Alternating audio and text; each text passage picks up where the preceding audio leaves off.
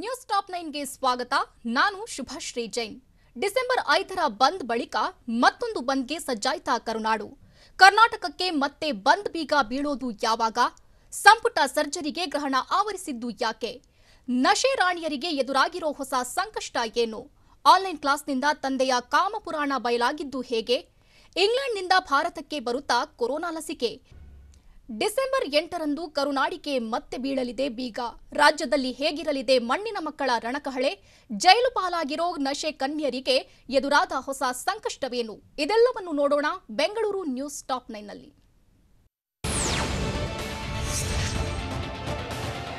Sandalwood drugs ಕೇಸ್ನಲ್ಲಿ ಪರಪ್ಪನ ಅಗ್ರಹಾರ ಜೈಲು ಪಾಲಾಗಿರೋ ನಟಿ ಸಂಜನಾ ರಾಗಿಣಿಗೆ ಮತ್ತೊಂದು ಸಂಕಷ್ಟ ಎದುರಾಗಿದೆ. ನಟಿಮಣಿಯರ ಹೇರ್ ಫಾಲಿಕಲ್ ಟೆಸ್ಟ್ ಕೊನೆಗೂ ಸಕ್ಸಸ್ ಆಗಿದೆ. ನಶರಾಣಿಯರ ಹೇರ್ ಸ್ಯಾಂಪಲ್ ಸಂಗ್ರಹಿಸಲು ಸಿಸಿಬಿ ಟೀಮ್ ಫೇಲ್ ಆಗಿತ್ತು. ಆದರೆ ಈ ಬಾರಿ ಹೈದರಾಬಾದ್ ತಂತ್ರಜ್ಞರ ನಿರ್ದೇಶನದಂತೆ ಬೌರಿಂಗ್ ಆಸ್ಪತ್ರೆ ವೈದ್ಯರು ಪರಪ್ಪನ ಅಗ್ರಹಾರ ಜೈಲಿನಲ್ಲೇ ಹೇರ್ ಸ್ಯಾಂಪಲ್ ಕಲೆಕ್ಟ್ ಮಾಡಿದ್ದಾರೆ. ಫಾಲಿಕಲ್ ಟೆಸ್ಟ್ನಲ್ಲಿ ನಟಿಮಣಿಯರ ಮಾದಕ ನಂಟು ಬಯಲಾಗುವ ಸಾಧ್ಯತೆ ಇದೆ. ಸ್ಯಾಂಡಲ್ವುಡ್ ಡ್ರಗ್ಸ್ ಕೇಸ್ನಲ್ಲಿ ಲಾಕ್ ಆಗಿರೋ ನಶೆರಾಣಿ ಸಂಜನಾ ಮತ್ತು ರಾಗಿಣಿಗೆ ಹೇರ್ ಫಾಲಿಕಲ್ ಟೆಸ್ಟ್ನಿಂದ ನಡುಕ ಶುರುವಾಗಿದೆ. ಡ್ರಗ್ಸ್ ಸೇವನೆ, ಮೆಡಿಸಿನ್ ದುರ್ಬಳಕೆ ಪತ್ತೆಗೆ ಈ ಟೆಸ್ಟ್ ಮಾಡ್ತಾರೆ. 1 ವರ್ಷದೊಳಗೆ ಡ್ರಗ್ಸ್ ಸೇವಿಸಿದ್ರೆ ಟೆಸ್ಟ್ನಿಂದ 17ಕ್ಕೂ ಹೆಚ್ಚು ವಿವಿಧ ಮಾದರಿಯ ಡ್ರಗ್ಸ್ ಸೇವನೆ ಪತ್ತೆ ಹಚ್ಚಬಹುದು. ಫಾಲಿಕಲ್ ಟೆಸ್ಟ್ನಲ್ಲಿ 100ರಿಂದ 120 ಕೂದಲು ಪಡೆಯಲಾಗುತ್ತೆ. ಡ್ರಗ್ಸ್ ಸೇವನೆಯಿಂದ ದೇಹದಲ್ಲಾದ ಬದಲಾವಣೆ ಕೂಡ ಬಯಲಾಗಲಿದೆ. ಇದೀಗ ನಟಿಮಣಿಯರಿಬ್ಬರಿಗೂ ನಡುಕ ಶುರುವಾಗಿದೆ. ಮಾದಕ ಮತ್ತಿನ ಜಾಲದಲ್ಲಿ ಸಿಲುಕಿ ಜೈಲು ಹಕ್ಕಿಗಳಾಗಿರುವಂತಹ ನಟಿ ಸಂಜನಾ ಮತ್ತು ರಾಗಿಣಿ ಕಂಗೆಟ್ಟು ಕೂತಿದ್ದಾರೆ. ಈಗಾಗಲೇ ಫಾಲಿಕಲ್ ಟೆಸ್ಟ್ ಮಾಡಿದ್ದು, ಕಳೆದ ಬಾರಿ ಈ ವಿಧಾನದಲ್ಲಿ ಸ್ಯಾಂಪಲ್ ಸಂಗ್ರಹಿಸಿರಲಿಲ್ಲ. ಲ್ಯಾಬ್ನಲ್ಲೇ ಹೇರ್ ಫಾಲಿಕಲ್ ಟೆಸ್ಟ್ ನಡೆಸಬೇಕು. ಸ್ಯಾಂಪಲ್ ಪಡೆದ ಬಳಿಕ ಲ್ಯಾಬ್ ತಂತ್ರಜ್ಞರು ಪರಿಶೀಲನೆ ನಡೆಸುತ್ತಾರೆ. ಒಂದು ವೇಳೆ ಸ್ಯಾಂಪಲ್ ಬೇರೆಡೆ ರವಾನಿಸುವುದಾದರೆ ಸಿಲಿಕಾನ್ನಲ್ಲಿ ಸುತ್ತಿ ರವಾನಿಸಬೇಕು. ಕಳೆದ ಬಾರಿ ನಡೆಸಿದ ಟೆಸ್ಟ್ನಲ್ಲಿ ಈ ವಿಧಾನ ಅನುಸರಿಸಿರಲಿಲ್ಲ. ಈ ಬಾರಿ ತಂತ್ರಜ್ಞರ ನಿರ್ದೇಶನದಂತೆ ಸ್ಯಾಂಪಲ್ ಸಂಗ್ರಹಿಸಲಾಗಿದೆ. ಐಎಂಎ ಬಹುಕೋಟಿ ವಂಚನೆ ಕೇಸ್ನಲ್ಲಿ ಜೈಲು ಪಾಲಾಗಿ ಜಾಮೀನು ಪಡೆದು ಹೊರಬಂದಿರುವ ಮಾಜಿ ಸಚಿವ ರೋಷನ್ ಬೇಗ್ಗೆ ರೌಡಿ ಶೀಟರ್ನಿಂದ ವೆಲ್ಕಮ್ ಮಾಡಿದ್ದಾನೆ. ಜಾಮೀನಿನ ಮೇಲೆ ಹೊರಬಂದಿದ್ದ ರೋಷನ್ ಬೇಗ್ಗೆ ನಿನ್ನೆ ರೌಡಿ ಶೀಟರ್ ತನ್ವೀರ್ನಿಂದ ಸ್ವಾಗತ ಕೋರಿರುವುದು ಚರ್ಚೆಗೆ ಗ್ರಾಸವಾಗಿದೆ. ಬೇಗ್ ಬೆಂಬಲಿಗರ ಪೈಕಿ ತನ್ವೀರ್ ಪ್ರಮುಖ ವ್ಯಕ್ತಿಯಂತೆ. ತನ್ವೀರ್ ಬಿಜೆಪಿ ಸೇರುವುದಾಗಿ ಸಹ ಹೇಳಿಕೊಂಡಿದ್ದ ಎನ್ನಲಾಗಿದೆ.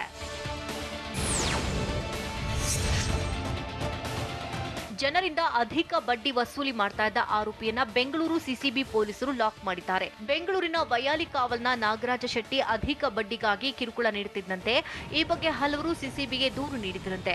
ಜನರು ನೀಡಿದ ದೂರನ್ನ ಆಧರಿಸಿ ಆರೋಪಿ ನಾಗರಾಜ್ ಶೆಟ್ಟಿಯನ್ನ ಬಂಧಿಸಲಾಗಿದೆ. ಬಂಧಿತನಿಂದ ಸಾಲ ಪಡೆದವರಿಂದ ಪಡೆದಿದ್ದಂತಹ ದಾಖಲೆಗಳು, 22 ಲಕ್ಷ ನಗದು, 164 ಚೆಕ್ ಹಾಗೂ 84 ಪ್ರಾಮಿಸರಿ ನೋಟ್ಗಳನ್ನ ಸಿಸಿಬಿ ಪೊಲೀಸರು ವಶಕ್ಕೆ ಪಡೆದಿದ್ದಾರೆ.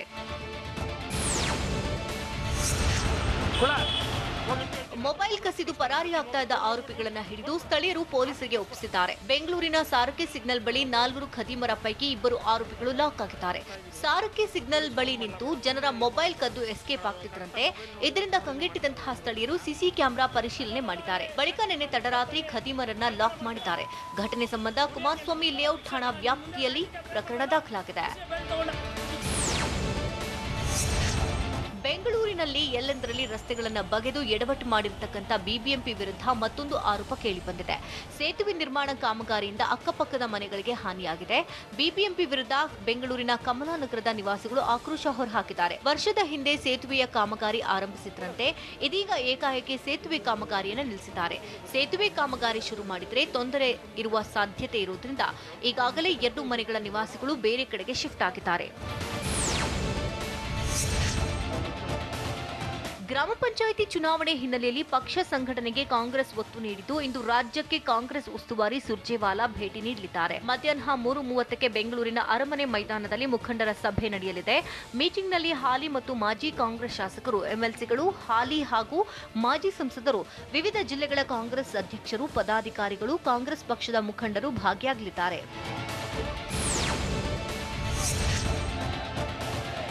ರಾಜ್ಯದಲ್ಲಿ ಕನ್ನಡಪರ ಸಂಘಟನೆಗಳು ಕರೆ ಕೊಟ್ಟಿದ್ದ ಬಂದ್ ಟುಸ್ಸಾದ ಬಳಿಕ ಇದೀಗ ಕರ್ನಾಟಕದಲ್ಲಿ ಮತ್ತೆ ಬಂದ್ಗೆ ಕರೆ ಕೊಡಲಾಗಿದೆ. ಡಿಸೆಂಬರ್ 8ರಂದು ಅನ್ನದಾತರು ಕರೆ ಕೊಟ್ಟಿರೋ ಭಾರತ್ ಬಂದ್ಗೆ ರಾಜ್ಯದ ರೈತರು ಬೆಂಬಲ ಸೂಚಿಸಿದ್ದಾರೆ. ರಾಜ್ಯ ರೈತ ಸಂಘ ಹಾಗೂ ಹಸಿರು ಸೇನೆ ನೇತೃತ್ವದಲ್ಲಿ ಬಂದ್ಗೆ ನಿರ್ಧರಿಸಲಾಗಿದೆ. ಡಿಸೆಂಬರ್ 9ರಂದು ಬಾರ್ಕೋಲು ಚಳವಳಿ ನಡೆಸುವ ಮೂಲಕ ವಿಧಾನಸೌಧಕ್ಕೆ ಮುತ್ತಿಗೆ ಹಾಕ್ತೀವಿ ಅಂತ ರೈತ ಮುಖಂಡರು ಎಚ್ಚರಿಕೆ ಕೊಟ್ಟಿದ್ದಾರೆ. ಸಂಪುಟ ಸರ್ಕಸ್ ಪದೇ ಪದೇ ವಿಳಂಬವಾಗ್ತಿರೋದು ಯಾಕೆ?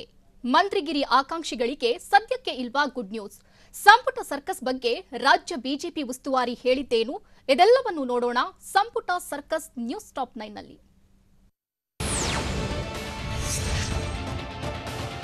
ಸಚಿವರಾಗುವ ಕನಸು ಕಾಣ್ತಾ ಇದ್ದ ಬಿಜೆಪಿ ಶಾಸಕರಿಗೆ ಕಮಲ ನಾಯಕರು ಶಾಕ್ ಕೊಟ್ಟಿದ್ದಾರೆ. ಮಂತ್ರಿಗಿರಿ ಮೂಡ್ನಲ್ಲಿದ್ದವರಿಗೆ ಏಕಾಏಕಿ ತಣ್ಣೀರೆರಚಲಾಗಿದೆ. ಯಾಕಂದ್ರೆ ಸಂಪುಟ ವಿಸ್ತರಣೆ ಇವತ್ತಾಗುತ್ತೆ, ನಾಳೆ ಆಗುತ್ತೆ ಅಂತ ಹೇಳಲಾಗ್ತಾ ಇತ್ತಾದ್ರೂ ಈ ವರ್ಷ ಸಂಪುಟ ವಿಸ್ತರಣೆಯಾಗುವುದು ಡೌಟ್ ಅಂತ ಹೇಳಲಾಗ್ತದೆ. ಯಾಕಂದ್ರೆ ಬಿಜೆಪಿ ಆಪ್ತ ಮೂಲಗಳ ಪ್ರಕಾರ ರಾಜ್ಯ ಸಂಪುಟ ವಿಸ್ತರಣೆ ಮತ್ತಷ್ಟು ವಿಳಂಬವಾಗಲಿದೆ.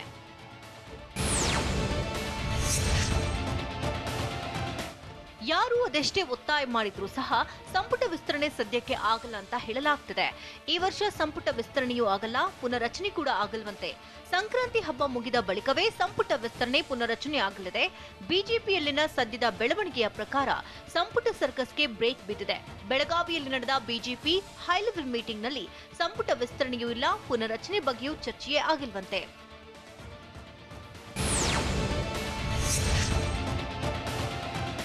ರಾಜ್ಯ ಸಂಪುಟ ಸೇರೋದಕ್ಕೆ ನಾ ಮುಂದು ತಾ ಮುಂದು ಅಂತಿದ್ದವರಿಗೆ ಮತ್ತೊಂದು ಬಿಗ್ ಶಾಕ್ ಕಾದಿದೆ.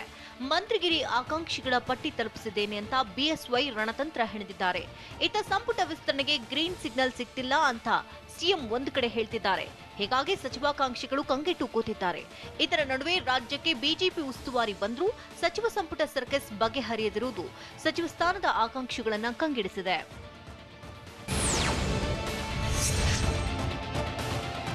ಸಚಿವ ಸಂಪುಟಕ್ಕೆ ಸರ್ಜರಿ ದಿನೇ ದಿನೇ ಮುಂದೂಡಿಕೆ ಆಗ್ತಾ ಇರುವುದಕ್ಕೆ ಕಾರಣವೇನು ಅನ್ನೋದು ಸಚಿವಾಕಾಂಕ್ಷಿಗಳಿಗೆ ಕಾಡ್ತಿರೋ ಬಹುದೊಡ್ಡ ಪ್ರಶ್ನೆಯಾಗಿದೆ.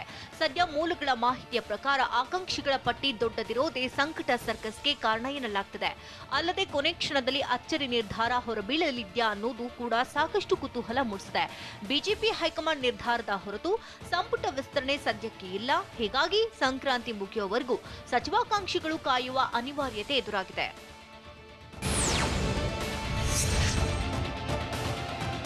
ರಾಜ್ಯ ಸಂಪುಟ ವಿಸ್ತರಣೆಯೋ ಪುನರಚನೆಯೋ ಅನ್ನೋ ಬಗ್ಗೆ ಬಿಗ್ ಸಸ್ಪೆನ್ಸ್ ನಡುವೆ ಸಿಎಂ ಹೊಸ ಬಾಂಬ್ ಬೇರೆ ಸಿಡಿಸಿದ್ದಾರೆ. ಸಿಎಂ ಬಿಎಸ್ವೈ ಕೊಟ್ಟ ಮಾತಿನಂತೆ ಸಿಪಿ ಯೋಗೇಶ್ವರ್ಗೆ ಮಂತ್ರಿಗಿರಿ ಫಿಕ್ಸಾ ಅನ್ನೋದು ಸದ್ಯದ ಕುತೂಹಲ.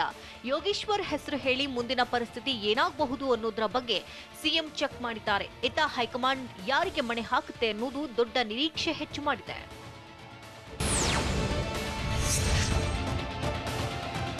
ರಾಜ್ಯ ಸಚಿವ ಸಂಪುಟ ಸೇರೋದಕ್ಕೆ ಸಚಿವಾಕಾಂಕ್ಷಿಗಳು ಈಗಾಗಲೇ ಟವಲ್ ಬೇರೆ ಹಾಕಿದ್ದಾರೆ.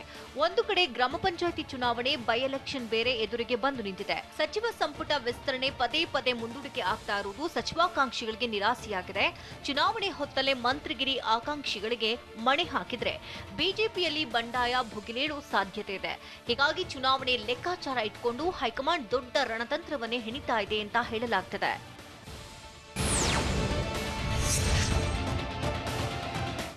ರಾಜ್ಯ ಸಂಪುಟ ವಿಸ್ತರಣೆಯೋ ಪುನರಚನೆಯೋ ಅನ್ನೋ ಕುತೂಹಲದ ನಡುವೆ ಸಿಪಿ ಯೋಗೇಶ್ವರ್ಗೆ ಮಂತ್ರಿಗಿರಿ ಅಂತ ಸಿಎಂ ಬಿಎಸ್ವೈ ಮೊದಲೇ ಬಾಂಬ್ ಸಿಡಿಸಿದ್ದಾರೆ. ಹೀಗಾಗಿ ಕೊಟ್ಟ ಮಾತಿನಂತೆಯೇ ಸಿಎಂ ಬಿಎಸ್ವೈ ನಡೆದುಕೊಳ್ತಾರಾ ಅನ್ನೋದು ಸದ್ಯದ ಕುತೂಹಲ. ಒಂದು ವೇಳೆ ಬಂಡಾಯದ ಬೆಂಕಿ ಭುಗಿಲಿದ್ರೆ ಯೋಗೇಶ್ವರ್ಗೆ ಮಂತ್ರಿಗಿರಿ ಕೈತಪ್ಪುವ ಸಾಧ್ಯತೆ ಇದೆ. ಯಾಕಂದ್ರೆ ಈ ಹಿಂದೆ ಉಮೇಶ್ ಕತ್ತಿಗೆ ಸಚಿವ ಸ್ಥಾನ ಪಕ್ಕಾ ಅಂತ ಸಿಎಂ ಹೇಳಿದ್ರು. ಆದ್ರೆ ಕಳೆದ ಬಾರಿ ಸಚಿವ ಸಂಪುಟ ವಿಸ್ತರಣೆ ವೇಳೆ ಕತ್ತಿಯನ್ನ ಕೈಬಿಟ್ಟಿದ್ರು.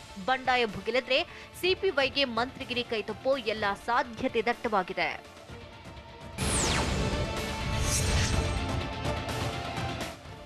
ರಾಜ್ಯ ಸಚಿವ ಸಂಪುಟ ವಿಸ್ತರಣೆಯಾದ್ರೆ ಆರ್ ಶಂಕರ್ ಮತ್ತು ಎಂಟಿಬಿ ನಾಗರಾಜ್ಗೆ ಸಚಿವ ಸ್ಥಾನ ಫಿಕ್ಸಾ ಅನ್ನೋ ಮಾತುಗಳು ಕೂಡ ಕೇಳಿ ಬರ್ತಾ ಇದೆ. ರಾಜ್ಯದಲ್ಲಿ ಸರ್ಕಾರ ರಚನೆಗೆ ಕಾರಣವಾಗಿರೋ ಮಿತ್ರ ಮಂಡಳಿಗೆ ಮಂತ್ರಿ ಪಟ್ಟ ನೀಡಲೇಬೇಕು ಅನ್ನೋ ಒತ್ತಡವಿದೆ. ಹೀಗಾಗಿ ಆರ್ ಶಂಕರ್ ಮತ್ತು ಎಂಟಿಬಿ ನಾಗರಾಜ್ ಸಚಿವ ಸ್ಥಾನ ನೀಡುವುದು ಫಿಕ್ಸ್ ಅನ್ನುವುದು ರಾಜ್ಯ ಮತ್ತು ರಾಷ್ಟ್ರ ನಾಯಕರ ಮೂಲಗಳಿಂದ ಮಾಹಿತಿ ಸಿಕ್ಕಿದೆ.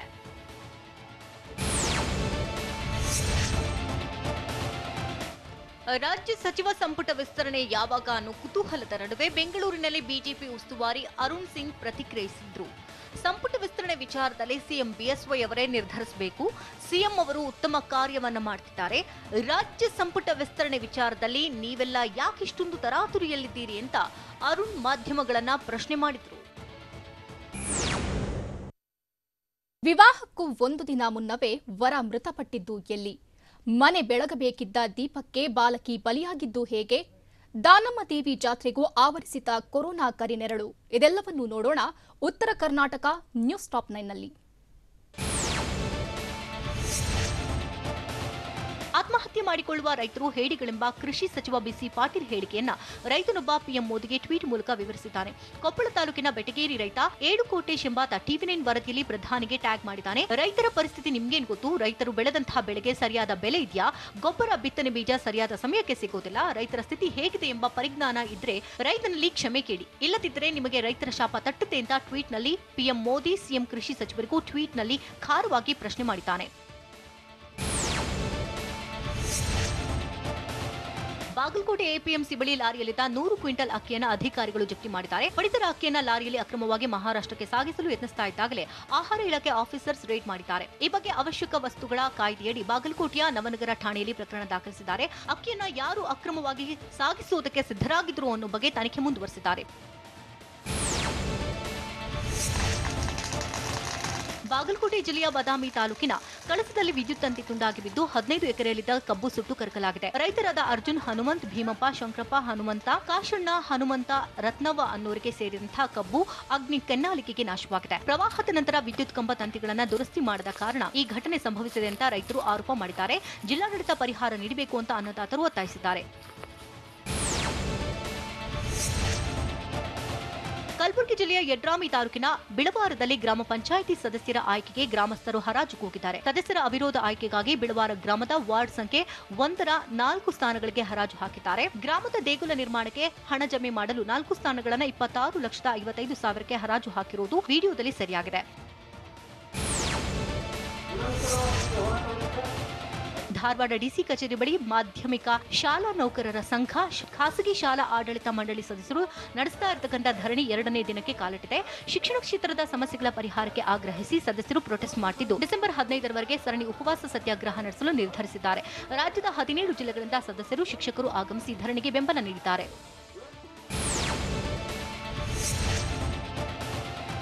ವಿಜಯಪುರ ಜಿಲ್ಲೆಯ ಗಡಿಯಲ್ಲಿರುವಂತಹ ಮಹಾರಾಷ್ಟ್ರದ ಸಾಂಗ್ಲಿ ಜಿಲ್ಲೆ ಜತ್ ತಾಲೂಕಿನ ಗುಡ್ಡಾಪುರ ದಾನಮ್ಮ ದೇವಿ ಜಾತ್ರೆಯನ್ನು ರದ್ದುಗೊಳಿಸಲಾಗಿದೆ. ಕೊರೋನಾ ಕಾರಣದಿಂದ ಭಕ್ತರು ಹಮ್ಮಿಕೊಳ್ಳುವ ಪಾದಯಾತ್ರೆಯನ್ನು ರದ್ದು ಮಾಡಲಾಗಿದೆ. ಚಟ್ಟಿ ಅಮಾವಾಸ್ಯೆಗೆ ಲಕ್ಷಾಂತರ ಭಕ್ತರು ದೇವಿ ಸನ್ನಿಧಿಗೆ ಪಾದಯಾತ್ರೆ ಹೊರಡ್ತಾ ಇದ್ದು ಡಿಸೆಂಬರ್ 13ರಿಂದ 16ರವರೆಗೆ ದಾನಮ್ಮ ದೇವಿ ಜಾತ್ರೆ ನಡೆಯಬೇಕಿತ್ತು.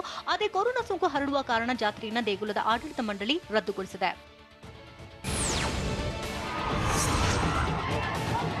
ರಾಯಚೂರು ನಗರ ಶಾಸಕ ಡಾಕ್ಟರ್ ಶಿವರಾಜ್ ಪಾಟೀಲ್ ಬಿಂದಾಸ್ ಆಗಿ ಸ್ಟೆಪ್ಸ್ ಹಾಕಿದ್ದಾರೆ. ನಿನ್ನೆ ಮಾದಿಗ ಸಮಾವೇಶವನ್ನು ರಾಯಚೂರಲ್ಲಿ ಹಮ್ಮಿಕೊಳ್ಳಲಾಗಿತ್ತು. ಈ ವೇಳೆ ಸಮಾವೇಶಕ್ಕೂ ಮುನ್ನ ನಡೆದಂತಹ ರ್ಯಾಲಿಯಲ್ಲಿ ಶಾಸಕ ಶಿವರಾಜ್ ಪಾಟೀಲ್ ನರ್ತಿಸಿದ್ದಾರೆ. ಶಾಸಕರಿಗೆ ನೆರೆದಿದ್ದ 100 ಜನ ಸಾಥ್ ಕೊಟ್ಟರು. ಅವರು ಕೂಡ ಹೆಜ್ಜೆ ಹಾಕಿದ್ದಾರೆ. ಈ ವೇಳೆ ಜನ ಅಂತರ ಪಾಲಿಸದೆ, ಮಾಸ್ಕ್ ಅನ್ನು ಧರಿಸದೆ ನಿರ್ಲಕ್ಷ್ಯ ವಹಿಸಿದರು. ಹಂತಕರ ಭಯಾನಕ ಮುಖ ತೆರೆದಿಟ್ಟಿತ್ತು ಸಿಸಿ ಕ್ಯಾಮೆರಾ. ಆನ್ಲೈನ್ ಕ್ಲಾಸ್ನಿಂದ ಬಯಲಾಯಿತು ಅಪ್ಪನ ಅಸಲಿಯತ್ತು. ಮಹದೇಶ್ವರ ಜಾತ್ರೆ ಸಂಭ್ರಮಕ್ಕೆ ಬ್ರೇಕ್ ಬಿದ್ದಿದ್ದು ಯಾಕೆ? ಇದೆಲ್ಲವನ್ನು ನೋಡೋಣ ದಕ್ಷಿಣ ಕರ್ನಾಟಕ ನ್ಯೂಸ್ ಟಾಪ್ 9ನಲ್ಲಿ. ನಾನು ಅಮಾಯಕ, ಮುಗ್ಧ, ರಾಜಕೀಯದಲ್ಲಿ ಇದೀಗ ಅಂಬೆಗಾಲಿಟ್ಟಿದ್ದೇನೆ ಅಂತ ಸಚಿವ ಎಸ್ಟಿ ಸೋಮಶೇಖರ್ ಮೈಸೂರಲ್ಲಿ ಹೇಳಿದ್ದಾರೆ. ನಾನು ಬಂದ ಬಳಿಕ ಸಿದ್ದರಾಮಯ್ಯ ಕಾಂಗ್ರೆಸ್ಗೆ ಬಂದಿದ್ದು, ಆದ್ರೆ ನಾನು ಸಿದ್ದರಾಮಯ್ಯ ಟೀಮ್ ಅಲ್ಲ ಅಂತ ತಿಳಿಸಿದ್ದಾರೆ. ಸಿದ್ದರಾಮಯ್ಯ ಮತ್ತು ಎಚ್ಡಿಕೆ ಸಿಎಂ ಸ್ಥಾನ ಅನುಭವಿಸಿರುವವರು, ಅವರಿಗೆ ಇದೀಗ ಏನು ಬೇಕಾಗಿಲ್ಲ. ಅವರಿಬ್ಬರ ವಿಚಾರವನ್ನ ನಾನ್ಯಾಕೆ ಹೇಳಲಿ ಅಂತ ಎಸ್ಟಿ ಸೋಮಶೇಖರ್ ಪ್ರಶ್ನೆ ಮಾಡಿದ್ರು.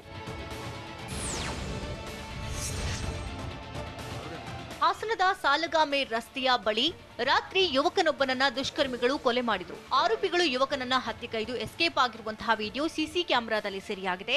ರಘು ಎಂಬಾತನನ್ನ ಮರ್ಡರ್ ಮಾಡಿ ಕೈಯಲ್ಲಿ ಲಾಂಗ್ ಹಿಡಿದೆ 4 ಬೈಕ್ ಏರಿ ಪರಾರಿಯಾಗಿದ್ದಾರೆ. ಹಂತಕರಿಗೆ ಮತ್ತೊಬ್ಬ ಸಹಾಯ ಮಾಡಿದ್ದು ದೃಶ್ಯ ಆಧರಿಸಿ ನಗರ ಠಾಣೆ ಪೊಲೀಸರು ಆರೋಪಿಗಳಿಗೆ ಬಲೆ ಬೀಸಿದ್ದಾರೆ. ಮಂಡ್ಯ ಜಿಲ್ಲೆಯ ನಾಗಮಂಗಲ ತಾಲೂಕಿನ ಬಿಂಡಿಗ ನವಿಲಿಯಲ್ಲಿ ಆನ್ಲೈನ್ ಶಿಕ್ಷಣದಿಂದ ತಂದೆಯೊಬ್ಬನ ರಾಸಲೀಲೆ ಮುಖವಾಡ ಕಳಚಿದೆ. ಆನ್ಲೈನ್ ಶಿಕ್ಷಣಕ್ಕಾಗಿ ಪುತ್ರಿಗೆ ತಂದೆ ಮೊಬೈಲ್ ನೀಡಿದ್ದಾನೆ. ಈ ವೇಳೆ ಮೊಬೈಲ್ನಲ್ಲಿ ಅಪ್ಪನ ರಾಸಲೀಲೆ ನೋಡಿದ ಪುತ್ರಿ ಅಮ್ಮನಿಗೆ ತೋರಿಸಿದ್ದಾಳೆ. ಇದರಿಂದ ಕಂಗಾಲಾದ ಗೃಹಿಣಿ ಮಹಿಳಾ ಸಾಂತ್ವನ ಕೇಂದ್ರದ ಮೊರೆ ಹೋಗಿದ್ದಾಳೆ. ಈ ಬಗ್ಗೆ ನಾಗಮಂಗಲ ಠಾಣೆಯಲ್ಲಿ ಪತಿ ವಿರುದ್ಧ ಪ್ರಕರಣ ದಾಖಲಾಗಿದೆ.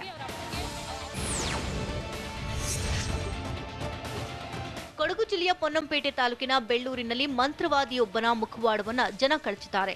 ಬಲ್ಯಮಂಡೂರು ನಿವಾಸಿ ರವಿ ಎಂಬಾತ ಮಾಟ ಮಾಡಿರುವುದನ್ನ ತೆಗಿತೇನೆ ಅಂತ ಜನರಿಗೆ ಮೋಸ ಮಾಡ್ತಿದ್ದ. ತಾನೇ ಗುಂಡಿ ತೆಗೆದು ಮಾಟ ಮಂತ್ರದ ವಸ್ತುವನ್ನ ಮುಚ್ಚಿಡ್ತಿದ್ದ. ಬಳಿಕ ಮಾಟ ತೆಗೆಯುವುದಾಗಿ ಹೂತಿದ್ದ ವಸ್ತುಗಳನ್ನ ಹೊರತೆಗೆದು ತೋರಿಸ್ತಿದ್ದ. ಅದಕ್ಕಾಗಿ ಸಾವಿರಾರು ರೂಪಾಯಿ ಪಡಿತಾ ಇದ್ದ. ಇದನ್ನ ಅರಿತಂತಹ ಜನ ವಿಡಿಯೋ ಮಾಡಿ ರವಿ ವಂಚನೆಯನ್ನ ಬಯಲು ಮಾಡಿದ್ದಾರೆ. ಮೈಸೂರಿನ ಬಂಡೀಪುರ ಅರಣ್ಯ ವ್ಯಾಪ್ತಿಯ ಯಡಿಯಾಲ ವಲಯದ ಅರಣ್ಯದೊಳಗಿರುವ ಬೇಲದಕುಪ್ಪೆ ಮಹದೇಶ್ವರ ಜಾತ್ರೆಗೆ ನಿರ್ಬಂಧ ವಿಧಿಸಲಾಗಿದೆ. ಕೋವಿಡ್ ಕಾರಣಕ್ಕೆ ಜನರ ಪ್ರವೇಶಕ್ಕೆ ಡಿಸಿ ರೋಹಿಣಿ ಸಿಂಧೂರಿ ಬ್ರೇಕ್ ಹಾಕಿದ್ದು ಧಾರ್ಮಿಕ ವಿಧಿವಿಧಾನದಂತೆ ಸರಳ ಆಚರಣೆಗೆ ಅವಕಾಶ ಕಲ್ಪಿಸಿದ್ದಾರೆ. ಡಿಸೆಂಬರ್ 13ರಿಂದ 16ರವರೆಗೆ ಐತಿಹಾಸಿಕ ಮಹದೇಶ್ವರನ ಜಾತ್ರೆ ನಡೆಯಬೇಕಾಗಿತ್ತು. ಇಂಗ್ಲೆಂಡ್ನಿಂದ ಭಾರತಕ್ಕೆ ಬರುತ್ತಾ ಕೊರೋನಾ ಸಂಜೀವಿನಿ. ಅಮೆರಿಕಕ್ಕೆ ಕ್ರೂರಿ ವೈರಸ್ ಕೊಟ್ಟ ಶಾಕ್ ಏನು? ರಾಜ್ಯದಲ್ಲಿ ಕೊರೋನಾ ಲಸಿಕೆ ಸ್ಟೋರೇಜ್ಗೆ ಹೇಗಿದೆ ತಯಾರಿ? ಇದೆಲ್ಲವನ್ನು ನೋಡೋಣ ಕೊರೋನಾ ಎಕ್ಸ್‌ಪ್ರೆಸ್ ನ್ಯೂಸ್ ಟಾಪ್ 9ನಲ್ಲಿ.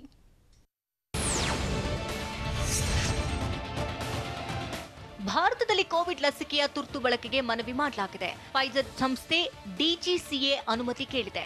ಲಸಿಕೆ ತುರ್ತು ಬಳಕೆಗೆ ಭಾರತಕ್ಕೆ ಬೇಡಿಕೆ ಬಂದಿದ್ದು ಇದೇ ಮೊದಲು ಎನ್ನಲಾಗಿದೆ. ಕೇಂದ್ರ ಅನುಮತಿ ನೀಡಿದರೆ ಭಾರತಕ್ಕೆ ಫೈಜರ್ ಲಸಿಕೆ ಎಂಟ್ರಿ ಕೊಡಲಿದೆ. ಈಗಾಗಲೇ ಬ್ರಿಟನ್, ಬಹ್ರೇನ್ನಲ್ಲಿ ಫೈಜರ್ ಲಸಿಕೆಗೆ ಅನುಮತಿ ಸಿಕ್ಕಿದೆ. ರಾಜ್ಯದಲ್ಲಿ ಕೋವಿಡ್ ಲಸಿಕೆ ವಿತರಣೆಗೆ ಭರ್ಜರಿ ಸಿದ್ಧತೆ ಮಾಡಿಕೊಳ್ಳಲಾಗ್ತಾ ಇದೆ. ಕೋವಿಡ್ ಸೆಂಟರ್ ಅಂತೆ ವ್ಯಾಕ್ಸಿನ್ ಸೆಂಟರ್ಗೆ ಪ್ಲಾನ್ ಮಾಡಿದ್ದಾರೆ.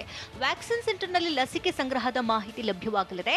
ಲಸಿಕೆ ವಿತರಣೆಗೆ 10,000ದಿಂದ 8,000 ವ್ಯಾಕ್ಸಿನೇಟರ್ ಸಿಬ್ಬಂದಿ ರೆಡಿಯಾಗಿದ್ದಾರೆ. ಲಸಿಕೆ ಸಂಗ್ರಹಕ್ಕೆ 2,855 ಕೋಲ್ಡ್ ಸ್ಟೋರೇಜ್ ಕೇಂದ್ರ, 10 walk-in cooler, 4 walk-in freezer, 2 freezer ಕೇಂದ್ರ ಆರೋಗ್ಯ ಸಚಿವಾಲಯ ರಾಜ್ಯಕ್ಕೆ ನೀಡಲಿದೆ. ಖಾಸಗಿ ಆಸ್ಪತ್ರೆಗಳ ಕೋಲ್ಡ್ ಸ್ಟೋರೇಜ್ ಬಳಕೆಗೂ ಪ್ಲಾನ್ ಇದೆಯಂತೆ.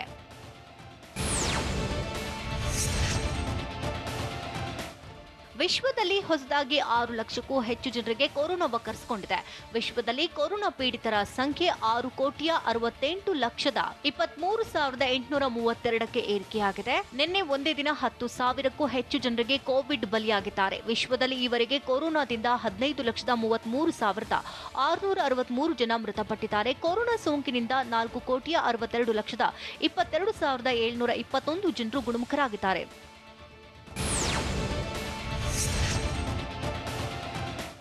ಜಗತ್ತಿನಲ್ಲಿ ಅಟ್ಟಹಾಸ ಮೆರೀತಾ ಇರೋ ಕ್ರೂರಿ ಕೊರೋನಾ ಅಮೆರಿಕಕ್ಕೆ ಮತ್ತೆ ಶಾಕ್ ಕೊಟ್ಟಿದೆ. ಅಮೆರಿಕದಲ್ಲಿ ಹೊಸದಾಗಿ 2 ಲಕ್ಷಕ್ಕೂ ಹೆಚ್ಚು ಜನರಿಗೆ ಸೋಂಕು ವಕ್ಕರಿಸಿಕೊಂಡಿದೆ. ಸೋಂಕಿತರ ಸಂಖ್ಯೆ 1,49,75,082ಕ್ಕೆ ಏರಿಕೆಯಾಗಿದೆ. ಅಮೆರಿಕದಲ್ಲಿ 24 ಗಂಟೆಯಲ್ಲಿ 2,000ಕ್ಕೂ ಹೆಚ್ಚು ಜನ ಕೊರೋನಾಗೆ ಬಲಿಯಾಗಿದ್ದಾರೆ. ಈವರೆಗೆ ಕೊರೋನಾದಿಂದ 2,87,784 ಜನರನ್ನ ಕ್ರೂರಿ ಬಲಿ ಪಡೆದಿದೆ.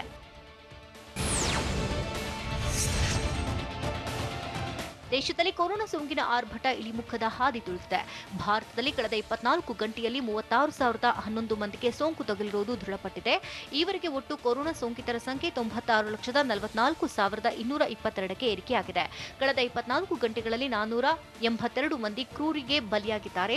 ದೇಶದಲ್ಲಿ ಈವರೆಗೆ ಕೊರೋನಾಗೆ ಬಲಿಯಾದವರ ಸಂಖ್ಯೆ 1,40,182ಕ್ಕೆ ಏರಿಕೆಯಾಗಿದೆ ಎಂದು ಕೇಂದ್ರ ಆರೋಗ್ಯ ಮತ್ತು ಕುಟುಂಬ ಕಲ್ಯಾಣ ಸಚಿವಾಲಯ ಮಾಹಿತಿ ಕೊಟ್ಟಿದೆ.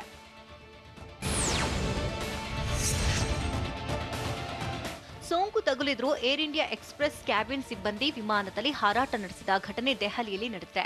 ಏರ್ ಇಂಡಿಯಾದ ಮಹಿಳಾ ಸಿಬ್ಬಂದಿ ನವೆಂಬರ್ 12ರಂದು ಆರ್‌ಟಿಪಿಸಿಆರ್ ಪರೀಕ್ಷೆಗೆ ಒಳಪಟ್ಟಿದ್ದು, ದೆಹಲಿ ಇಂದಿರಾ ಗಾಂಧಿ ಅಂತಾರಾಷ್ಟ್ರೀಯ ವಿಮಾನ ನಿಲ್ದಾಣದಿಂದ ವಿಮಾನ ಹಾರಾಟ ಆರಂಭಿಸುವ 1 ಗಂಟೆ ಮೊದಲು ಸಿಬ್ಬಂದಿಗೆ ಸೋಂಕಿರುವುದು ಖಚಿತವಾಗಿತ್ತು. ಕೊರೋನಾ ಪಾಸಿಟಿವ್ ಇದ್ರೂ ಸಹ ಆಕೆಗೆ ಹಾರಾಟಕ್ಕೆ ಅವಕಾಶ ಕೊಟ್ಟಿರುವುದು ಚರ್ಚೆಗೆ ಕಾರಣವಾಗಿದೆ. ಈ ಕುರಿತು ತನಿಖೆ ನಡೆಸಲಾಗುತ್ತೆ ಎಂದು ಏರ್ ಇಂಡಿಯಾ ಹೇಳಿದೆ.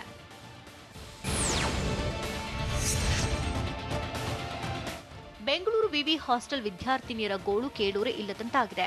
ಕೊರೋನಾ ನಡುವೆ ಹಾಸ್ಟೆಲ್ ಓಪನ್ ಆದರೂ ಸರ್ಕಾರ ಸೂಕ್ತ ಮೂಲಸೌಕರ್ಯದ ವ್ಯವಸ್ಥೆಯನ್ನೇ ಮಾಡಿಲ್ಲ. ವಿದ್ಯಾರ್ಥಿನಿಯರು ಮಾಸ್ಕ್ ಧರಿಸೋದು ಬಿಟ್ರೆ ಯಾವುದೇ ಮುನ್ನೆಚ್ಚರಿಕೆ ಕೂಡ ಇಲ್ಲ. ರಾಜಧಾನಿ ವಿವಿಯಲ್ಲೇ ಇಷ್ಟೊಂದು ಅವ್ಯವಸ್ಥೆ ಆದರೆ ಜಿಲ್ಲೆಗಳ ಕಥೆ ಏನು ಅನ್ನೋದು ಎಲ್ಲರ ಪ್ರಶ್ನೆ.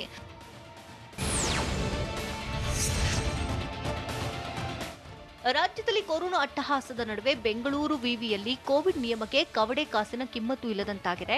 ಹಾಸ್ಟೆಲ್ಗೆ ಕೋವಿಡ್ ಗೈಡ್ಲೈನ್ಸ್ ನೀಡಿದ್ರೂ ಪಾಲನೆ ಮಾಡ್ತಿಲ್ಲ ಅನ್ನೋ ಆರೋಪ ಕೇಳಿಬಂದಿದೆ. ಹಾಸ್ಟೆಲ್ ಪ್ರವೇಶಿಸುವಾಗ ಥರ್ಮಲ್ ಸ್ಕ್ಯಾನಿಂಗ್, ಸ್ಯಾನಿಟೈಸ್ ಮಾಡಬೇಕು, ಕೋವಿಡ್ ಟೆಸ್ಟಿಂಗ್ ಕಡ್ಡಾಯ ಆಗಿದೆ. ಆದರೆ ಬೆಂಗಳೂರು ವಿವಿ ಹಾಸ್ಟೆಲ್ನಲ್ಲಿ ಬಾತ್ರೂಮ್ ಕ್ಲೀನ್ ಮಾಡೋರಿಲ್ಲ. ಕ್ಯಾಂಪಸ್ ಹಾಳು ಕೊಂಪಿಯಾಗಿದೆ. ಬಿಸಿ ನೀರ ವ್ಯವಸ್ಥೆ ಕೂಡ ಇಲ್ಲ. ಊಟ ಉಪಹಾರದಲ್ಲೂ ಕ್ಲೀನ್ ಇಲ್ಲದೆ ವಿದ್ಯಾರ್ಥಿಗಳು ಕಂಗಾಲಾಗಿದ್ದಾರೆ. ಬೆಂಗಳೂರು ವಿವಿ ಹಾಸ್ಟೆಲ್ ಅವ್ಯವಸ್ಥೆಯ ಆಗ್ರಹವಾಗಿದ್ರೆ ಕೊರೋನಾ ನಡುವೆ ವಿದ್ಯಾರ್ಥಿಗಳಿಗೆ ಮೆಸ್ ಫೀಸ್ ಹೆಚ್ಚಳದ ಶಾಕ್ ನೀಡಲಾಗಿದೆ. ಒಂದು ತಿಂಗಳಿಗೆ 1,200 ರೂಪಾಯಿ ಇದ್ದಂತಹ ಫೀಸ್ ಏಕಾಏಕಿ 3,200 ರೂಪಾಯಿಗೆ ಏರಿಸಿದ್ದಾರೆ. ಏಕಾಏಕಿ ಫೀಸ್ ಹೆಚ್ಚಳ ಯಾಕೆ ಅಂತ ಕೇಳಿದ್ರೆ ಬೆಲೆ ಏರಿಕೆ ಸಬೂಬು ನೀಡುತ್ತಿದ್ದಾರಂತೆ. ವಿಸಿ ಗಮನಕ್ಕೆ ತರೋಕೆ ಹೋದ್ರೆ ಕುಲಪತಿಗಳು ಕೈಗೆ ಸಿಗ್ತಾ ಇಲ್ವಂತೆ. ಹೀಗಾಗಿ ಹಾಸ್ಟೆಲ್ ತೊರೆಯೋಕೆ ಎಲ್ಲ ವಿದ್ಯಾರ್ಥಿನಿಯರು ಮುಂದಾಗಿದ್ದಾರೆ ಎನ್ನಲಾಗಿದೆ.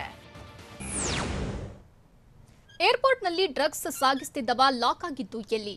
ದೆಹಲಿಯಲ್ಲಿ ಅನ್ನದಾತರ ಆಕ್ರೋಶದ ಕಿಚ್ಚು ಹೇಗಿದೆ? ರಾಜಧಾನಿ ಜನರಿಗೆ ಮತ್ತೆ ಎದುರಾದ ಸಂಕಷ್ಟವೇನು? ಇದೆಲ್ಲವನ್ನು ನೋಡೋಣ ನ್ಯಾಷನಲ್ ನ್ಯೂಸ್ ಟಾಪ್ 9ನಲ್ಲಿ.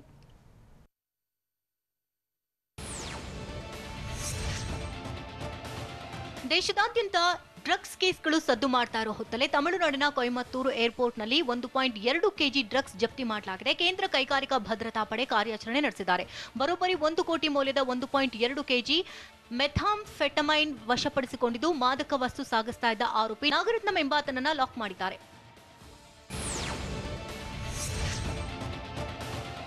ದೆಹಲಿಯಲ್ಲಿ ಕೃಷಿ ತಿದ್ದುಪಡಿ ಕಾಯ್ದೆ ವಾಪಸ್ಗೆ ಆಗ್ರಹಿಸಿ ಬೀದಿಗಿಳಿದಿರುವಂತಹ ಅನ್ನದಾತರ ಹೋರಾಟ 11ನೇ ದಿನಕ್ಕೆ ಕಾಲಿಟ್ಟಿದೆ. ದೆಹಲಿ ಚಲೋ ಆಂದೋಲನವನ್ನ ನಡೆಸ್ತಾ ಇರುವಂತಹ ರೈತರು ಚಳಿ ಮಳೆ ಗಾಳಿ ಲೆಕ್ಕಿಸದೆ ಧರಣಿ ನಡೆಸುತ್ತಿದ್ದಾರೆ. ಸಂಗೂರು ಬಾರ್ಡ್ನಲ್ಲಿ ನಡೀತಾ ಇರುವಂತಹ ಹೋರಾಟದಲ್ಲಿ ಭಾಗಿಯಾಗಿರುವ ಸಾವಿರಾರು ರೈತರು ಕೇಂದ್ರ ಸರ್ಕಾರದ ವಿರುದ್ಧ ಆಕ್ರೋಶ ಹೊರಹಾಕಿದ್ದಾರೆ.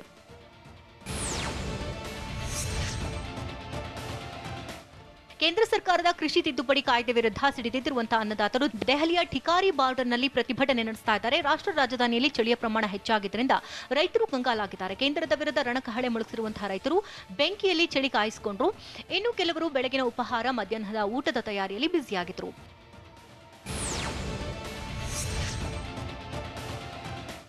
ಕೇಂದ್ರ ಸರ್ಕಾರದ ಕೃಷಿ ತಿದ್ದುಪಡಿ ಕಾಯ್ದೆ ವಿರುದ್ಧ ತಮಿಳುನಾಡಿನ ಮಧುರೈನಲ್ಲಿ ಡಿಎಂಕೆ ಕಾರ್ಯಕರ್ತರು ಪ್ರೊಟೆಸ್ಟ್ ಮಾಡಿದರು. ಪ್ರತಿಭಟನೆ ವೇಳೆ ಡಿಎಂಕೆ ಶಾಸಕ ಎತ್ತಿನ ಗಾಡಿಯಲ್ಲಿ ಬರೋ ಮೂಲಕ ಡಿಫರೆಂಟ್ ಆಗಿ ಪ್ರತಿಭಟನೆ ನಡೆಸಿದರು. ಸಾವಿರಾರು ಡಿಎಂಕೆ ಕಾರ್ಯಕರ್ತರು ಹೋರಾಟದಲ್ಲಿ ಭಾಗಿಯಾಗಿ ಕೇಂದ್ರದ ವಿರುದ್ಧ ಆಕ್ರೋಶ ಹೊರಹಾಕಿದರು.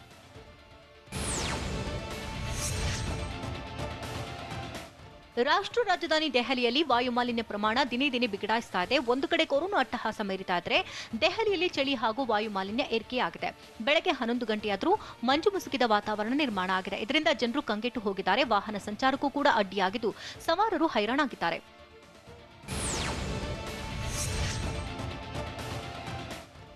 ಸಿಲಿಂಡರ್ ಸ್ಫೋಟಗೊಂಡು 20ಕ್ಕೂ ಹೆಚ್ಚು ಜನರು ಗಾಯಗೊಂಡಿರುವ ಘಟನೆ ಮುಂಬೈನ ಲಾಲ್ಬಾಗ್ ಏರಿಯಾದಲ್ಲಿ ನಡೆದಿದೆ. ಘಟನಾ ಸ್ಥಳಕ್ಕೆ 2 ಅಗ್ನಿಶಾಮಕ ದಳದ ವಾಹನಗಳು ಹಾಗೂ 2 ಜಂಬೋ ಟ್ಯಾಂಕರ್ಗಳು ಎಂಟ್ರಿ ಕೊಟ್ಟಿವೆ. ಸಿಲಿಂಡರ್ ಸ್ಫೋಟದ ರಭಸಕ್ಕೆ ಮನೆಗಳ ಮೇಲ್ಛಾವಣಿ ಹಾರಿ ಹೋಗಿದೆ ಅಂತ ಅಲ್ಲಿನ ಸ್ಥಳೀಯ ನಿವಾಸಿಗಳು ಹೇಳಿದರು.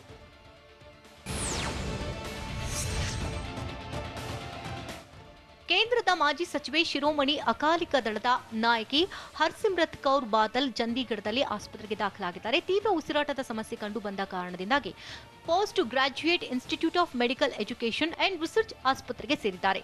ಬಾದಲ್ಗೆ ಕೋವಿಡ್ ಟೆಸ್ಟ್ ಒಳಪಡಿಸಲಾಗಿದ್ದು ಫಲಿತಾಂಶ ನೆಗೆಟಿವ್ ಬಂದಿದೆ. ಹರ್ಸಿಮ್ರತ್ ಕೌರ್ ಬಾದಲ್ ಆರೋಗ್ಯ ಸ್ಥಿರವಾಗಿದೆ ಅಂತ ಆಸ್ಪತ್ರೆ ಮೂಲಗಳು ತಿಳಿಸಿದೆ.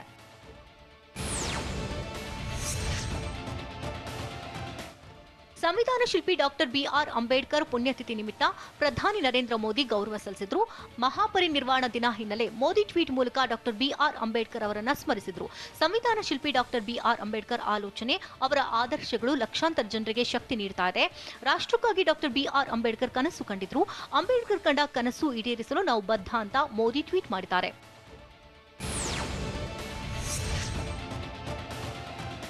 ಡಿಸೆಂಬರ್ 10ರಂದು ಪ್ರಧಾನಿ ನರೇಂದ್ರ ಮೋದಿ ನವದೆಹಲಿಯ ಹೊಸ ಸಂಸತ್ ಕಟ್ಟಡಕ್ಕೆ ಭೂಮಿ ಪೂಜೆ ನೆರವೇರಿಸಲಿದ್ದಾರೆ. ಪ್ರಸ್ತಾವಿತ ಕಟ್ಟಡವು ಲೋಕಸಭಾ ಕೊಠಡಿಯಲ್ಲಿ 888 ಸದಸ್ಯರಿಗೆ ಆಸನ ಸಾಮರ್ಥ್ಯವನ್ನು ಹೊಂದಿದೆ. ಜಂಟಿ ಅಧಿವೇಶನಗಳಲ್ಲಿ ಸಾಮರ್ಥ್ಯವನ್ನು 1224ಕ್ಕೆ ಹೆಚ್ಚಿಸುವ ಆಯ್ಕೆಗಳನ್ನು ಹೊಂದಿದೆ ಎನ್ನಲಾಗಿದೆ. ಅದೇ ರೀತಿ ರಾಜ್ಯಸಭಾ ಕೊಠಡಿಯಲ್ಲಿ 384 ಸದಸ್ಯರಿಗೆ ಆಸನದ ಸಾಮರ್ಥ್ಯವಿದೆ. ಇನ್ನು ಕಳೆದ ವರ್ಷ ಉಭಯ ಸದನಗಳ ಕೋರಿಕೆ ಮೇರೆಗೆ ಪ್ರಧಾನಿ ನರೇಂದ್ರ ಮೋದಿ ಹೊಸ ಸಂಸತ್ತಿನ ಕಟ್ಟಡದ ಪ್ರಸ್ತಾಪಕ್ಕೆ ಸಮ್ಮತಿಸಿದರು. ಇದು ಇವತ್ತಿನ ನ್ಯೂಸ್ ಟಾಪ್ 9. ನಿರಂತರ ಸುದ್ದಿಗಾಗಿ ನೋಡ್ತಾ ಇರಿ ಟಿವಿ 9.